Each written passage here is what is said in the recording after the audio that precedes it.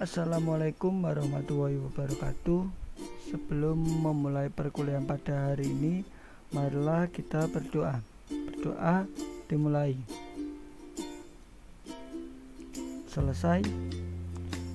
Perkenalkan, kami dari kelompok 2 mata kuliah Geometri Transformasi kelas B.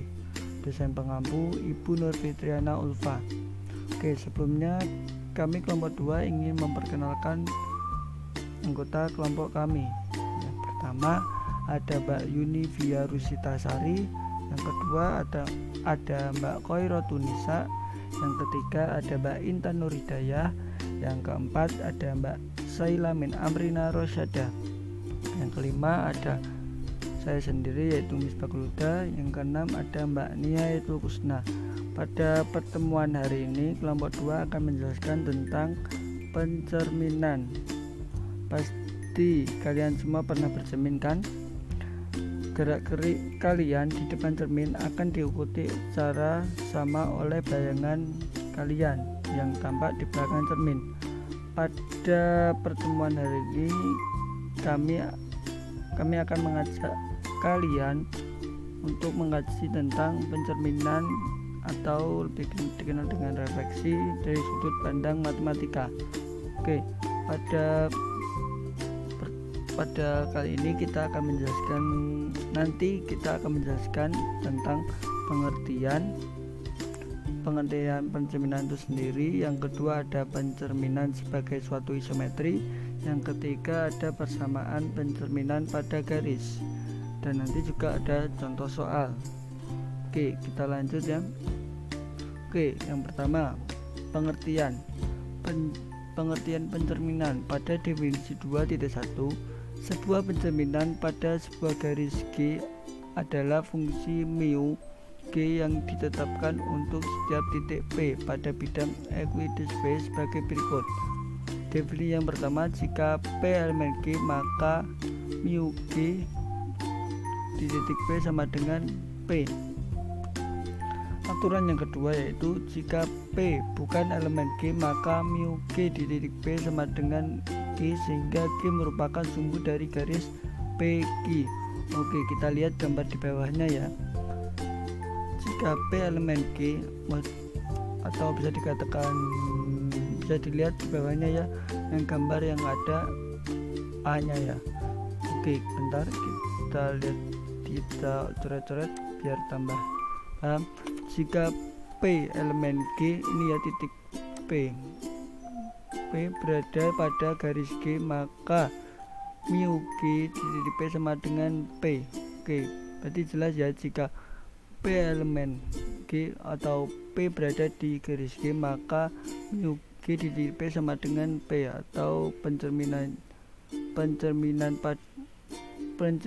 garis G pada titik P di P. Oke, aturan yang kedua kita bisa lihat B nya ya. Jika P bukan elemen G maka mu G di titik P sama dengan Q, sehingga G merupakan sumbu dari garis PQ. Karena P tidak berada pada garis G ya, ini garis G, maka mu P sama dengan Q, sehingga G merupakan sumbu dari garis PQ. Oke, karena P tidak berada pada garis G, maka akan ada garis baru sehingga G yang merupakan sumbu dari garis PQ. Oke, kita bisa lanjut ke contoh ya, contoh aja. Yang contoh lainnya, misalkan diberikan titik A, B, dan C serta garis G seperti gambar di bawah ini ya. Bisa dilihat gambarnya, gambar 2.12.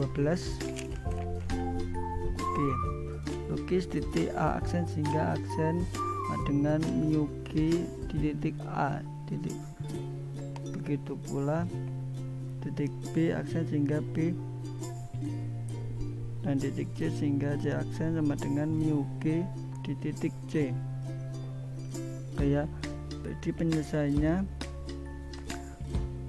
karena kita bisa lihat dulu ya, jangan lihat penyelesaiannya dulu. Kita bisa lihat A nya itu tidak berada pada garis G, maka A bukan elemen G, maka G merupakan sumbu dari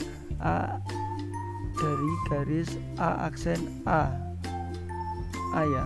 Berarti titik A itu mengikuti pada definisi yang kedua. Oke, kita kembali lagi bentar ya ke definisi kedua. Jika P bukan elemen G, maka mu G di titik P sama dengan G, sehingga G merupakan sumbu dari garis PG. Begitu pula dengan A ini ya. Jadi A aksen terletak pada garis miring yang melalui A dan tegak lurus terhadap G ya. Oke, sekarang kita lihat garis yang B. Karena kita lihat dulu garisnya ya.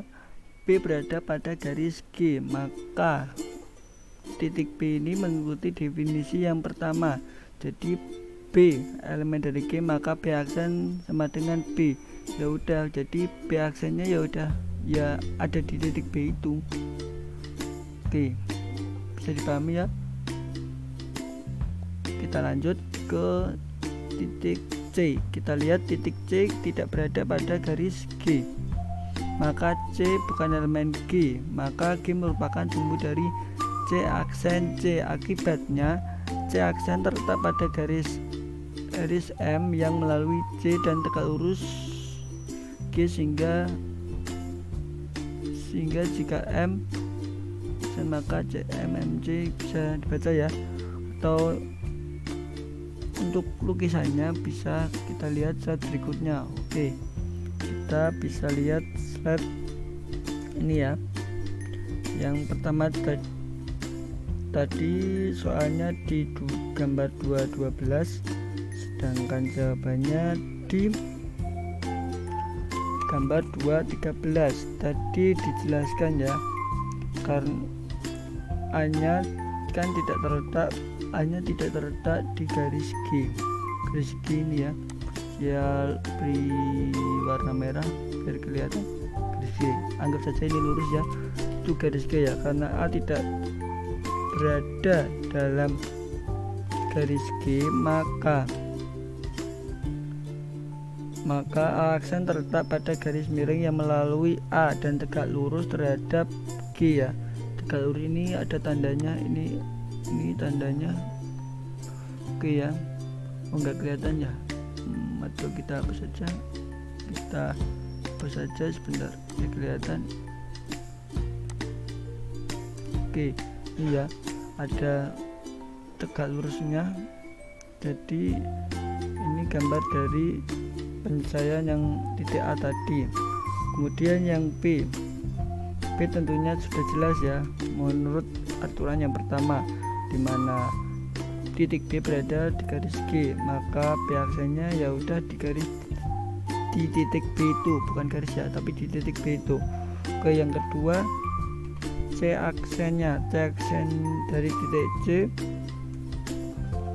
terletak pada garis M. Oke, itu ada huruf M ya, yang melalui di C dan tegak lurus G sehingga M.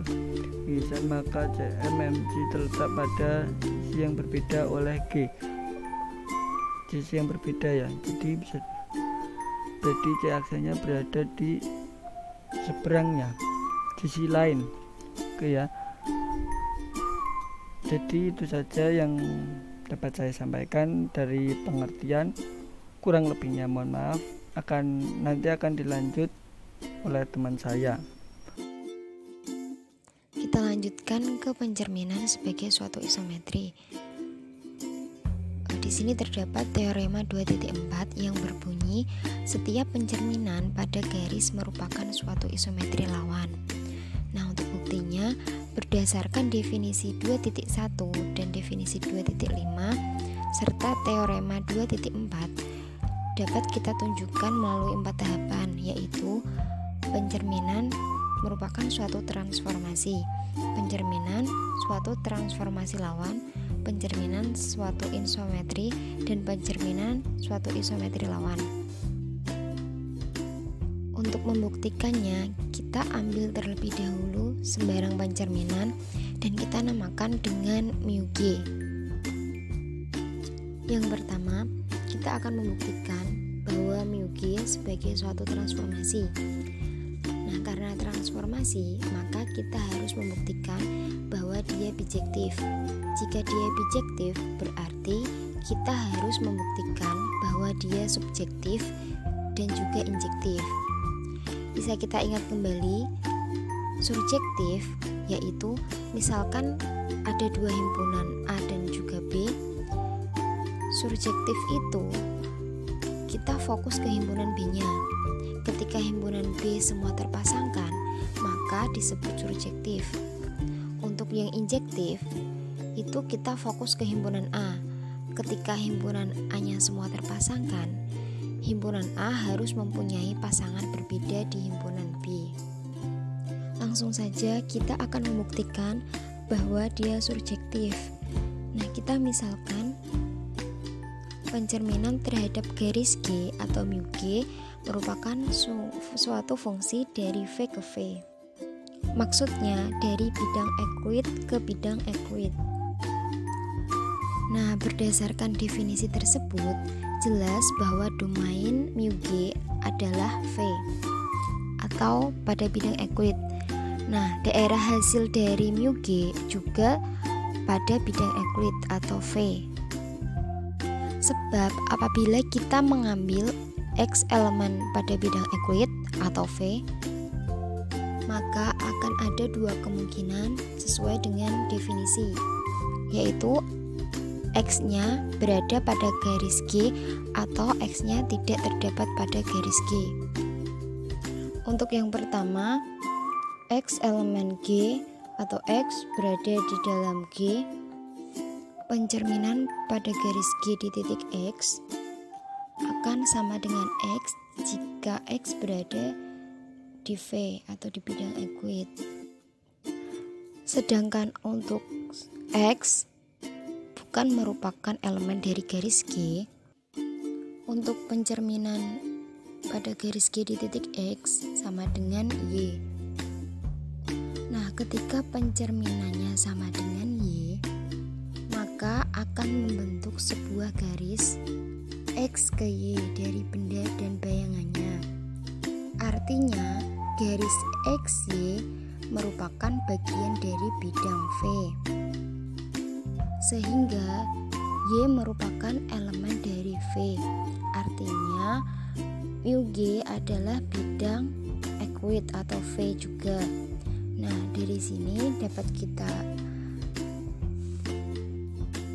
simpulkan bahwa mu G merupakan suatu fungsi dari V ke V. Yang kedua, kita akan membuktikan bahwa mu G merupakan suatu fungsi kepada. Kita ambil Y elemen V yang artinya Y berada di garis G atau Y tidak ada pada garis G. Untuk Y berada pada garis G, maka ada prapeta X sama dengan Y atau sama dengan bayangannya. Sehingga pencerminan pada garis G di titik X sama dengan Y. Untuk Y yang tidak ada pada garis G, terdapat X elemen V, sehingga G merupakan sumbu dari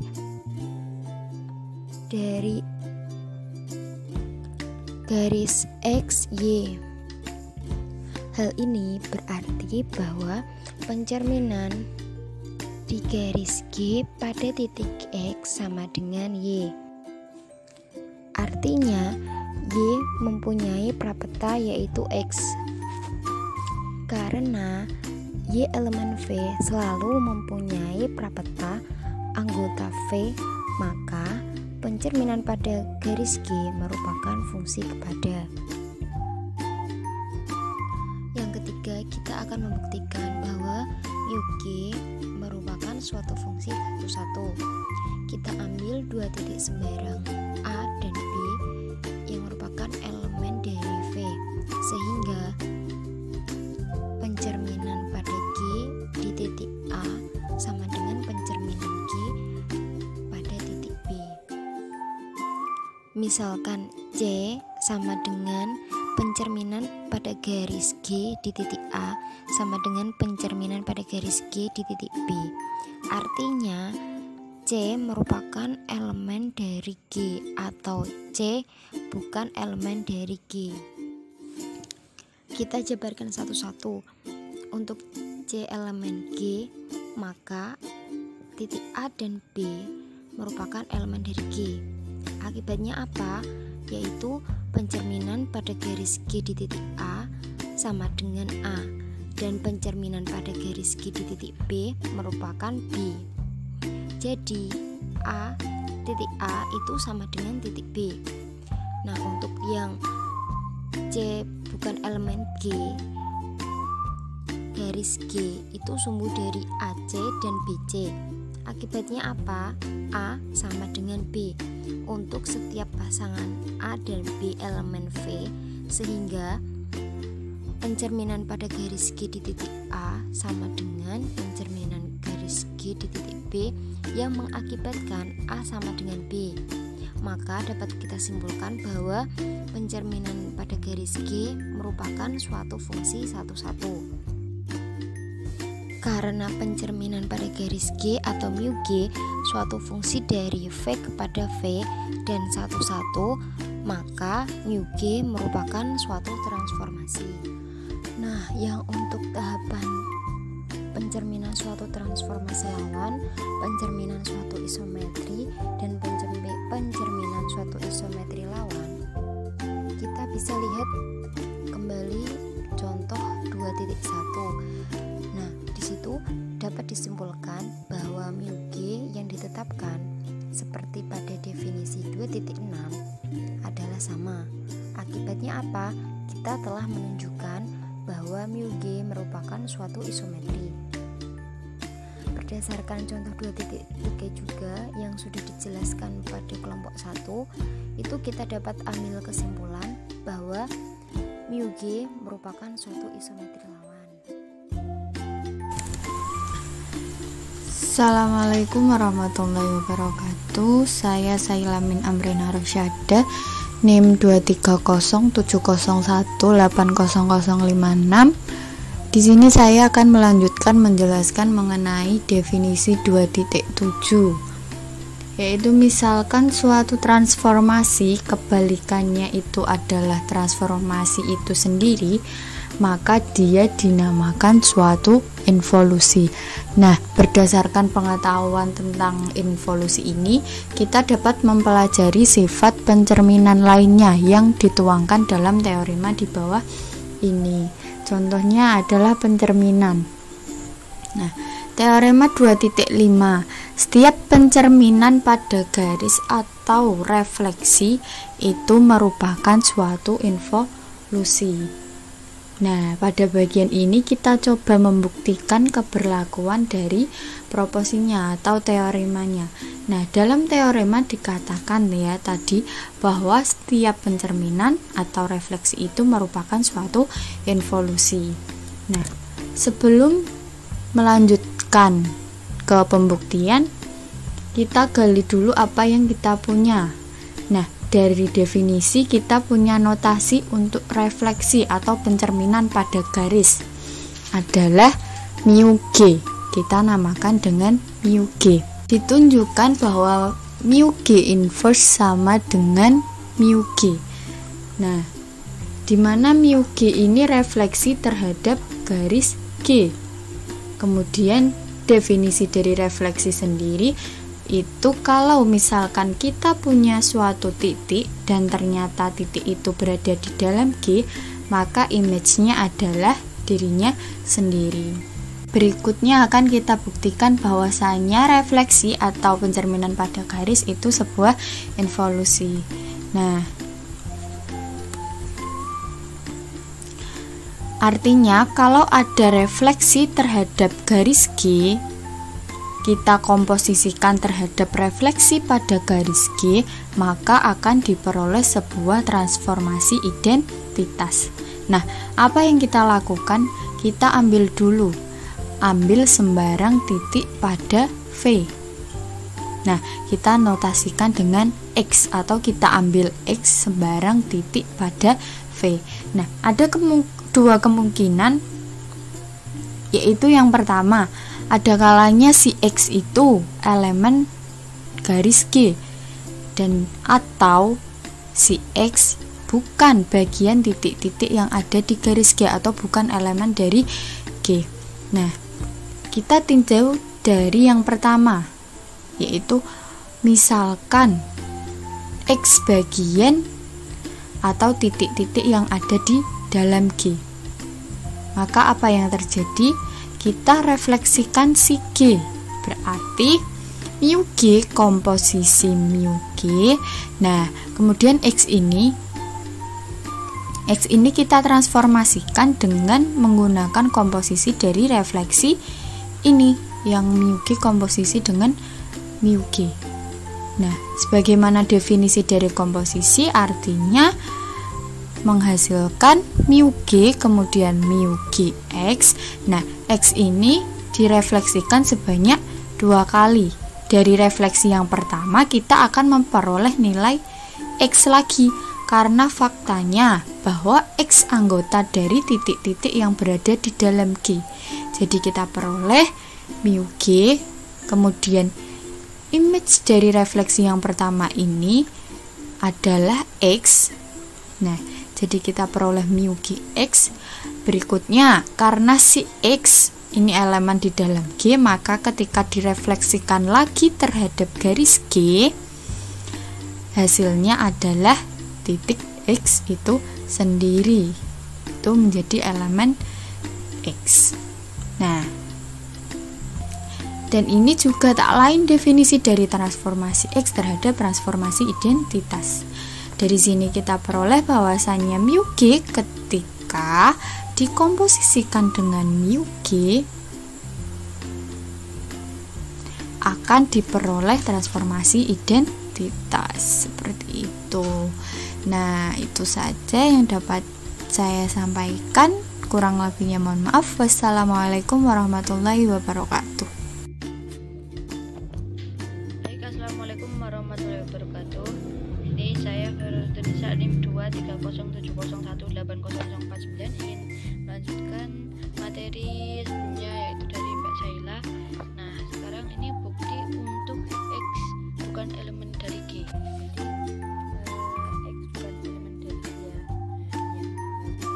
Bukan yang X elemen G. Ini X bukan elemen G. Misalkan mu G X sama dengan Y. Nah, akibatnya G sumbu dari XY artinya sama dengan G sumbu dari YX. Nah, sini menyebabkan XY sama dengan YX, seperti itu. Jadi mu G Y sama dengan X. Nah, kita perhatikan pada komposisi ini. Mu G komposisi mu G X sama dengan, kita transformasikan hasilnya mu G dalam kurung mu G X. Itu. Kemudian kita transformasikan lagi, dia menghasilkan mu G Y. Nah, kembali lagi ke ini. Sebab XY sama dengan YX, atau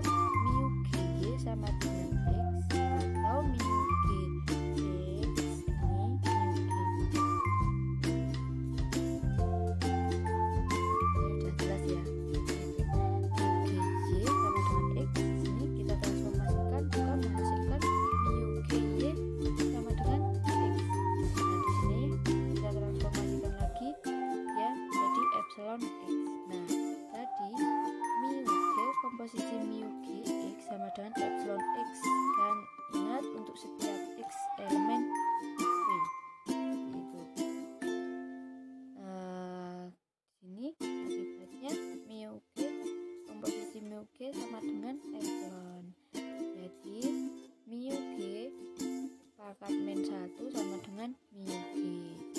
Untuk poin C yaitu persamaan pencerminan pada garis. Teorema 2.6. Misalkan mu G adalah pencerminan pada garis G dan P X, Y itu elemen V. Apabila A, G sama dengan X, Y sedemikian rupa X sama dengan 0, maka mu G titik P yaitu negatif X, Y. Untuk yang B, G sama dengan X, Y sedemikian rupa dengan Y sama dengan 0, maka mu G titik P adalah X, negatif Y. Langsung saja sampai yang bawah bisa dibaca sendiri ya teman-teman. Di sini saya akan menguraikan sedikit dari poin A sampai F dulu. Misalkan dari poin A itu kan G sama dengan X, Y sedemikian rupa dengan X sama dengan 0, maka mu G titik P yaitu negatif X, Y. Nah, itu bisa dimisalkan. Misalkan X, Y nya 1,2 dan nanti akan dihasilkan pencerminannya itu kan berarti kan yang sama dengan itu kan rumusnya X, Y misalnya 1,2. Nah, itu akan jadi negatif X, Y berarti negatif 1,2. Untuk yang B sama, berarti yang B kan yang negatif yang Y nya berarti 1, negatif 2. Sedangkan untuk yang C misalnya masih sama yang atas, misalnya X, Y nya 1,2 dan X itu dicerminkan terhadap sumbu X sama dengan A, misalkan A nya 2. Nah, itu tinggal disubstitusikan ke dalam rumus 2A dikurangi X, Y. Tadi kan A nya 2, berarti 2 dikali 2, 4 dikurangi X nya tadi kan 1, berarti 3, Y nya 2, berarti didapatkan yang untuk poin C itu 3,2. Seperti itu sampai bawah ya teman-teman.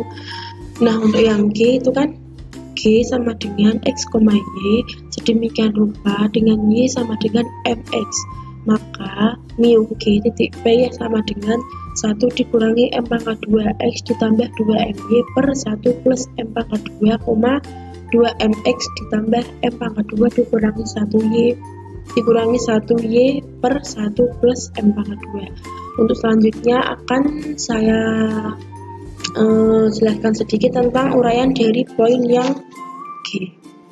Untuk selanjutnya yaitu bukti uraian dari yang poin G.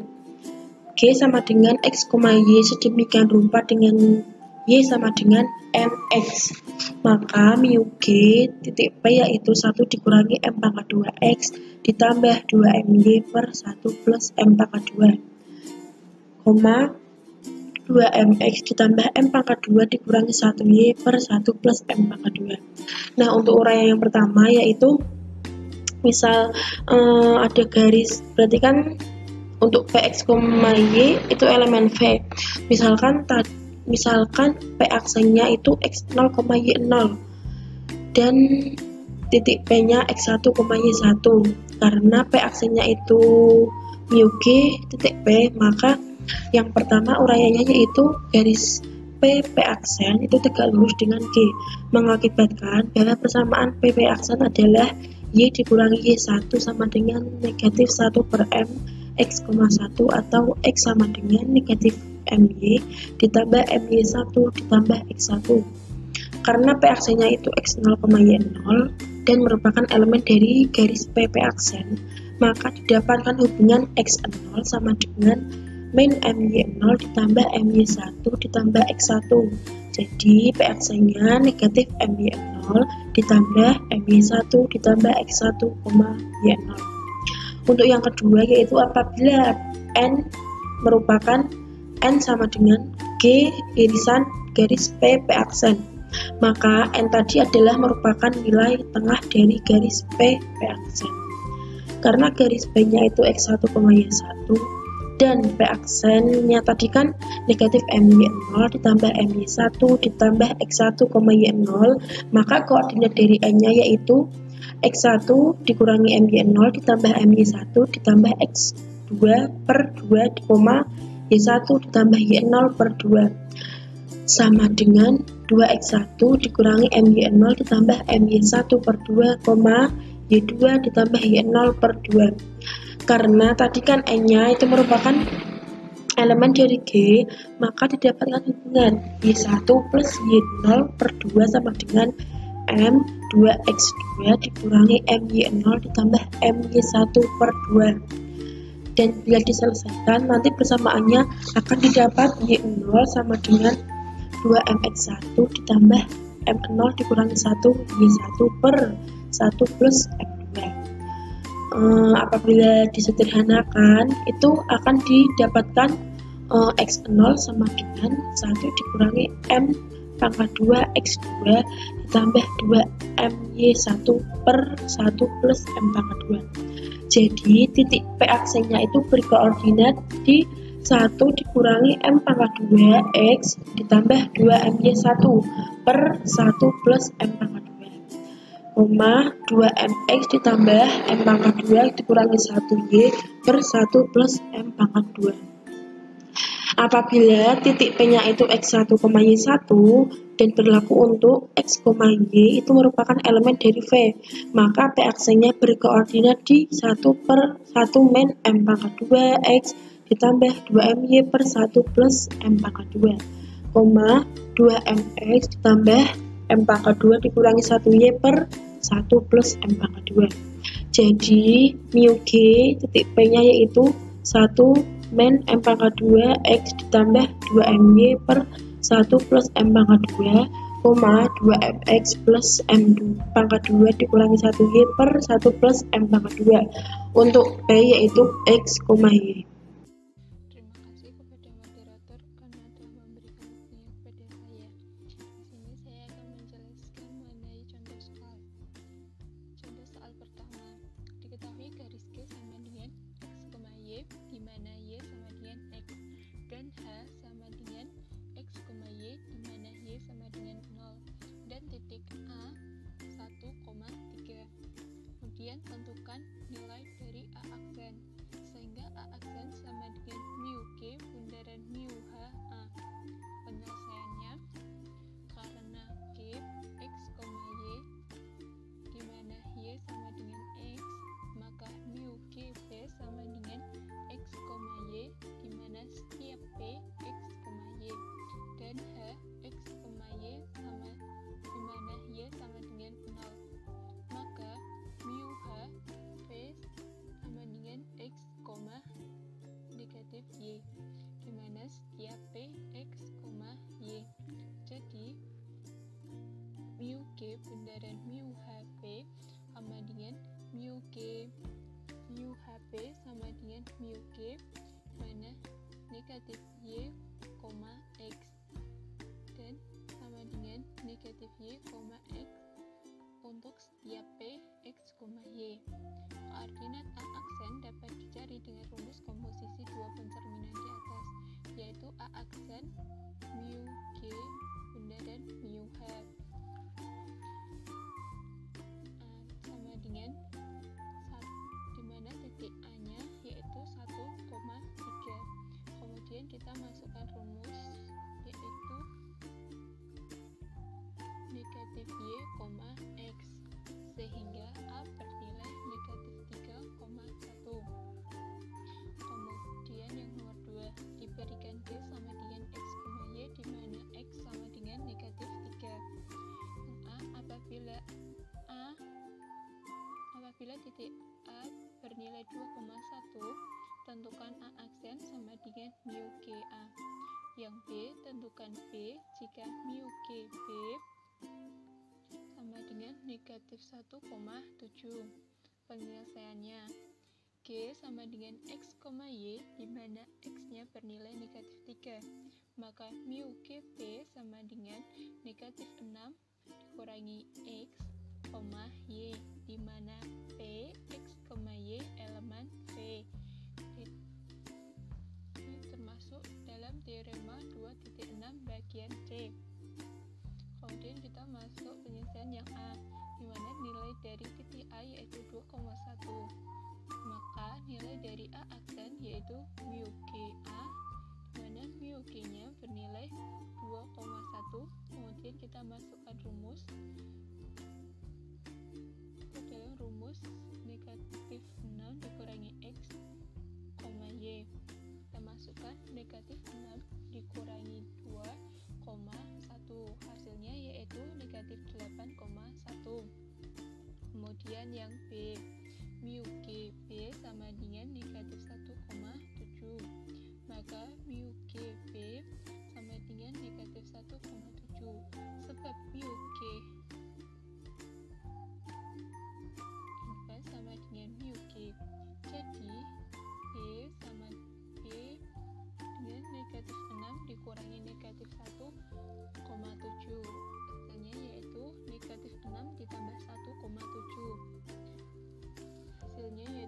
negatif 5,7.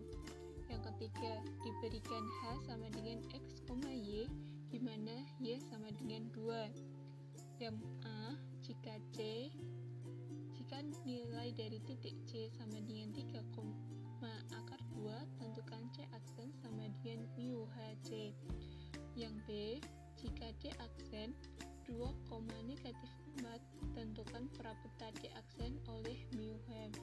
Penyelesaiannya, H sama dengan X, Y, di mana Y-nya bernilai 2, maka mu HB sama dengan X, 4 negatif Y, di mana setiap P, X, Y elemen V teorema 2.6 bagian D. Yang penyelesaiannya A, jika C 3,2, maka A aksen sama dengan mu HC sama dengan mu H, mana titik C-nya bernilai 3,2. Kemudian kita masukkan rumus ke X, 4 negatif Y. X-nya bernilai 3,4 negatif akar 2. Yang B, misalkan perapeta dari D aksen adalah D, maka mu HD sama dengan D aksen. Akibatnya, D sama dengan mu HD aksen sama dengan mu H 2,4. Kemudian kita masukkan ke dalam rumus X, 4 negatif Y. Hasilnya yaitu X-nya bernilai 2, terus koma 4 dikurangi negatif Y, yaitu 4 dikurangi negatif